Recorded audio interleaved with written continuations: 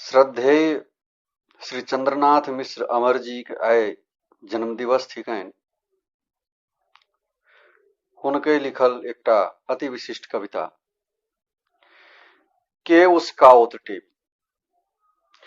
फुनगिए दिस ताइक रहल छथि मैथिलीक सब प्रेमी। फुनगिए दिस ताइक रहल छथि मैथिलीक सब प्रेमी।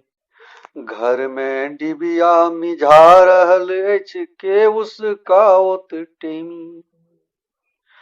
धूम धड़ाका भेल करै अछि महानगर उत्सव में।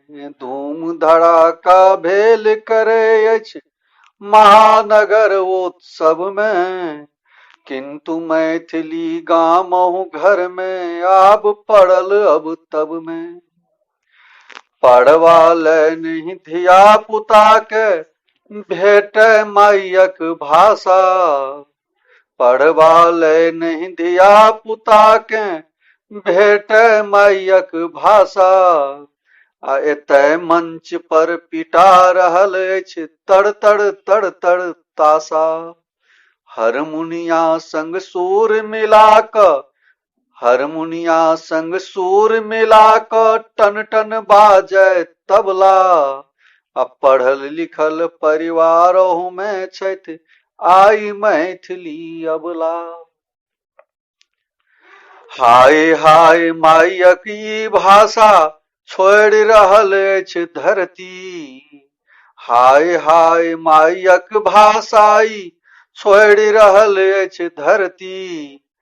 बाबा विद्यापति केर जोतल खेत पड़ल अछि परती। आबहु चेतु बाबू भैया नैया डूबि रहल अछि। आबहु चेतु बाबू भैया नैया डूबि रहल अछि। आ हिंदी अंग्रेजी घर घर में नट्टी छुबि रहल अछि।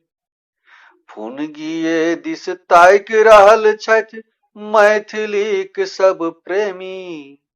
फुनगिए दिस ताइक रहल छथि मैथिलीक सब प्रेमी। घर में डिबिया मिझा रहल अछि के उस काओत टेमी। धन्यवाद।